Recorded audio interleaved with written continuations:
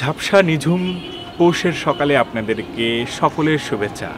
আজকে আমি চলে এসেছি ঝিনাইদহ শহরের দেবদারু এভিনিউ।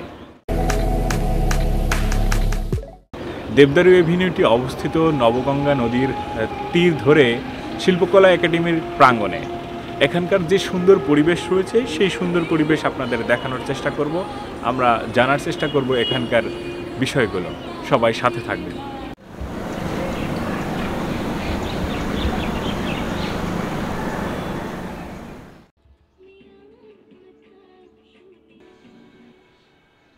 এখানে প্রতিদিনই আসে, এখানে পরিবেশ অনেক সুন্দর, এখানে অনেক লোক আসে। নিরিবিলি সকালবেলায় মুগ্ধ হাওয়া, শহরের কোলাহলমুক্ত জীবন থেকে বেঁচে থাকার জন্য এখানে সবাই আসে।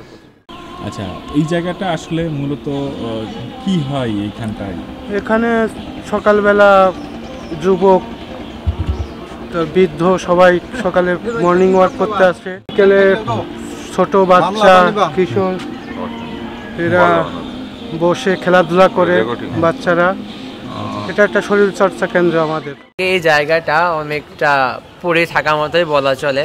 লোকজন এসে বাজে কাজ করার কারণে এখানটা একটু উন্নয়ন করার জন্য এখানে সুন্দর একটা পার্কের ব্যবস্থা করা হয়েছে, যেন লোকজন তার অবসর সময় একটু সময় কাটাতে পারে।